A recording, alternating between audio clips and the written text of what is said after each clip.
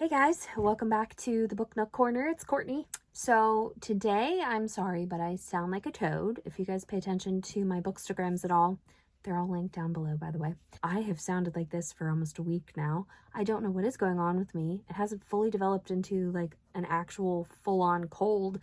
It's just a cough with a toad voice. So I don't know, here we are. I just figured I would just grace you with my presence today and make a video anyway. It's not that horrible, and if it is, then I guess just don't watch said video. But anyway, today's video is going to be Kindle Unlimited versus Kobo Plus, one of which I don't really think a ton of people know about, to be honest. I just want to interject. I'm so random, guys. Sorry I'm always in the same exact spot with my messy lady room behind me that I have not had the time to clean properly like I want to. I go to bed every night and cringe because it's something that I like really need to do and really want to do. But I have a desk in front of me that is a great area to hold my camera, and two huge windows that provide great lighting. So hence why I always sit here. Anyway, getting to Kindle Unlimited versus Kobo Plus. Kindle Unlimited clearly is very well known, very well loved. It's been around for quite a while. I actually don't know when it was like originated or invented or started, or however you want to word that. I would imagine at least no more than like 8 to 10 years, I don't think. I remember when I found it, I thought I had like struck gold. I was like super excited and stuff. So I mean, it's a really great opportunity for people and for book lovers alike. But let's get into the pros. So I have kind of like 4 main pros for Kindle Unlimited, in my opinion anyway. The first one being that there is so many book options. So many book options, to the point that honestly sometimes I get overwhelmed and it almost makes me want to run and hide, just because I want to read them all. And I can't. I don't have time. I have a life, and there's just, not enough hours in the day for that. But I just have made a wish list on my Amazon profile, and just kind of hopefully someday will slowly work my way down it to the best of my ability. There is so many different genres. Any genre you could ever want is on Kindle Unlimited, and a lot of the times actually I have found some more popular traditionally published books are on Kindle Unlimited. Right now, one that I want to read, Divine Rivals by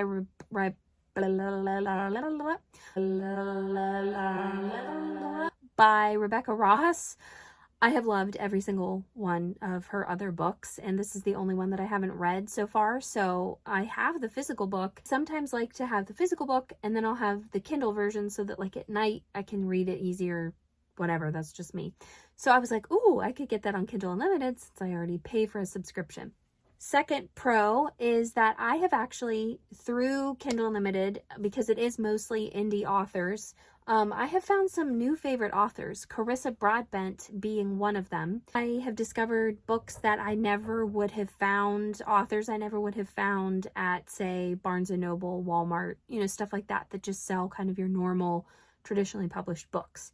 So Kindle Unlimited has opened a whole new world for me. Like I said, very overwhelmingly so, but excitingly so also. The third pro is that Kindle Unlimited, to me anyway, is very easy to navigate. I feel like you can get on Amazon's website, search a specific genre, Kindle Unlimited, mystery books on Kindle Unlimited, cozy mysteries, which is a genre I also love, on Kindle Unlimited. And you will just get page after page after page of options. So many different options, so many different ways to find them. It's very easy to navigate. And a lot of the times when you find a specific book, if you look down on the page, it'll say customers also bought, or because you bought this, you might like this. And it'll give you 12 more options of similar books, which is how I have found a lot of the ones that I end up reading and loving. So there's that. So my last Kindle Unlimited pro is that I love the community. Like, I'm a member on quite a few Facebook pages that are Kindle Unlimited related, or just kind of Kindle related, as well as just Bookstagram in general. A lot of people talk about and share reviews and such, opinions, whatever, of Kindle Unlimited books. Kindle Unlimited is everywhere. It is so loved. And I've just met a lot of friends that we've buddy read together from books on Kindle Unlimited. So yeah, just what are you doing with your life if you don't go check it out? That does lead me to the 3 cons that I have for Kindle Unlimited. The first being that the price has gone up. So it used to be $9.99 a month. Price did jump $2, so it jumped to $11.99 a month. You still are only allowed to check out 20 books, which who reads 20 books at a time? Sometimes that may be me. I jump between that many. But sometimes I like to just be able to check out more so that I don't forget about them. Because even though I make my wish lists, I like to see them in front of my face. That's just me personally. So I wish sometimes that you could have like kind of literally unlimited, Kindle Unlimited, and just check out, poof, however many you want. The second con is that audiobooks are not included with the Kindle Unlimited subscription. So if you do want the audiobook version of a book that you have on Kindle Unlimited or one that you've bought just on your Kindle, you have to pay extra, or you have to pay for like the Audible version of the book. So that doesn't always, it's like sometimes I wish like you pay that much per month, like that you could get, even if you just got like one Audible book, or one audiobook rather, with your subscription would be cool. The third pro I kind of basically already mentioned, and that was the 20 book limit, which that's just kind of me being like stupid and dramatic and like nitpicky, because really 20 books, like that's a lot. Most people don't get to that in 1 month. So like you're still way getting your money's worth, but yeah, just me being nitpicky, I guess. All right, so let's get into Kobo Plus. Kobo Plus was originally started in, I think, Canada, and maybe 2 or 3 other countries, like smaller countries. I think they were just kind of like checking it out first to see like how it worked and how it was received and things like that. So it just recently, just within the last like 3-4 months, I believe, was released in the US. So I had been kind of monitoring it in Canada. I was excited to try it because I have a Kobo. I love my Kobo. I read all the time on my Kobo. And so I was so excited when it came out in the US. So let's get into the Kobo Plus pros. So the first one I have is that it is only $9.99 a month. Whereas, like I said, Kindle Unlimited jumped up to $11.99 a month. So it still is at $9.99 a month. The second pro is that there is unlimited books on there. So you can literally sign out like as many as you want. I could sign out 40 right now if I wanted to. Whereas like I said, with KU, you only have 20.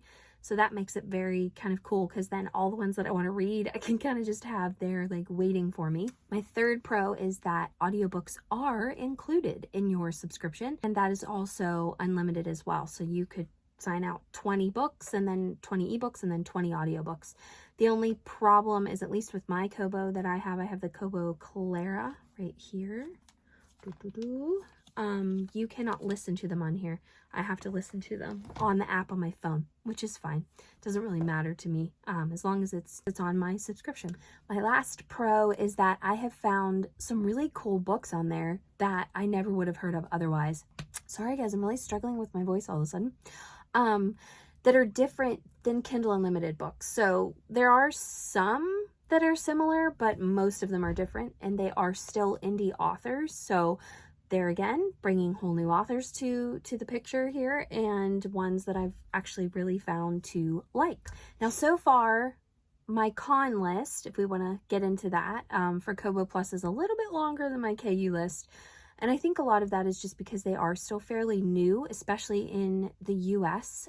So I think there's still a lot of things. I was watching a video the other day of an author on KU was interviewing someone, or I'm sorry, an author on Kobo Plus was interviewing someone that worked for the Kobo world, Rakuten or whatever that's called, whatever it goes through.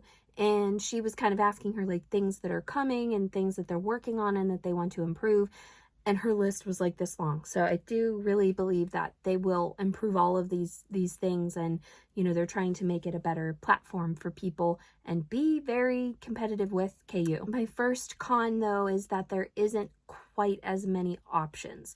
There isn't quite as many indie authors on there that are like genres that I would read. Like there's a lot on there, but sometimes they're not quite, I guess, like up to par, if that's the wording you want to use. So I just feel like Kindle Unlimited right now, at least, is just a little bit better quality authors.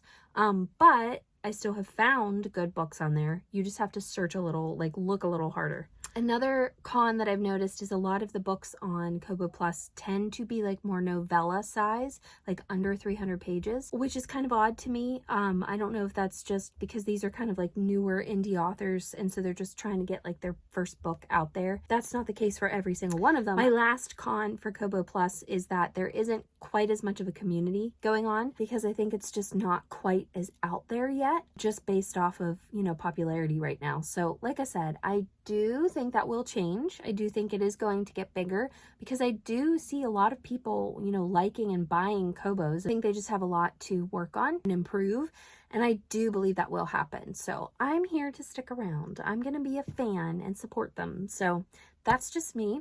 Those are my pros and cons of Kindle Unlimited and Kobo Plus.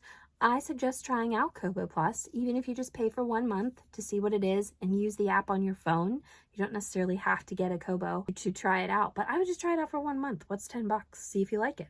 Based on my recommendation, I hope you do. If you guys have any other questions, let me know. Thank you for all the new subscribers. Thank you for watching, and I will see you guys next video. Bye!